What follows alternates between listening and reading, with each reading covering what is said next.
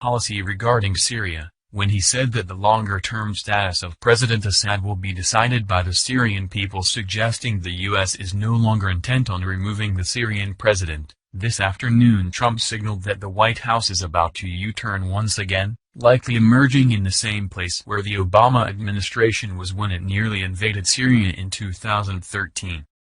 Speaking at a press conference with Jordan's King Abdullah II, President Trump on Wednesday called the suspected chemical weapons attack on civilians in Syria a terrible affront to humanity and hinted briefly that a change in U.S. policy on Syria may be coming as a result.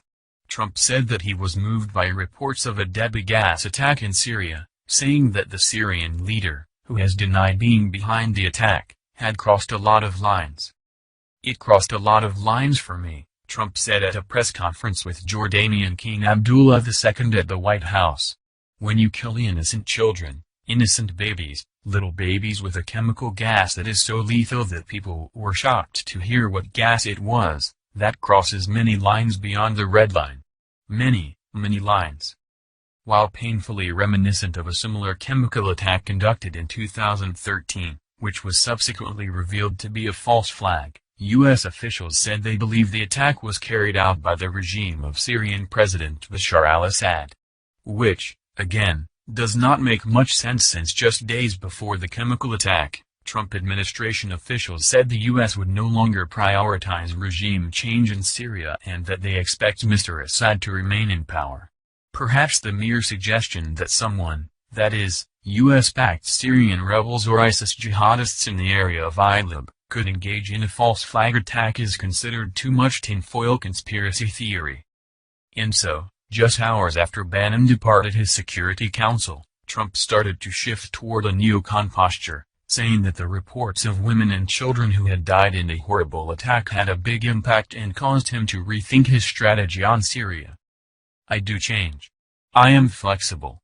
I am proud of that flexibility," Trump said. "I will tell you that attack on children yesterday had a big impact on me. Big impact. It was a horrible, horrible thing. I've been watching it and seeing it, and it does not get any worse than that. I have that flexibility. And it is very, very possible, and I will tell you it has already happened, that my attitude towards Syria and Assad has changed very much." Trump declined to outline what his new approach to Syria may be. Meanwhile, as reported earlier today, should Trump pick up where Obama left off, and launch a full-blown escalation in Syria or worse, he will have his first official diplomatic collision with the Kremlin, which not only defended Assad earlier today, but said it would continue its military activity in Syria. That's the news. Join us here every day. Be sure to subscribe and click the bell. See you next time.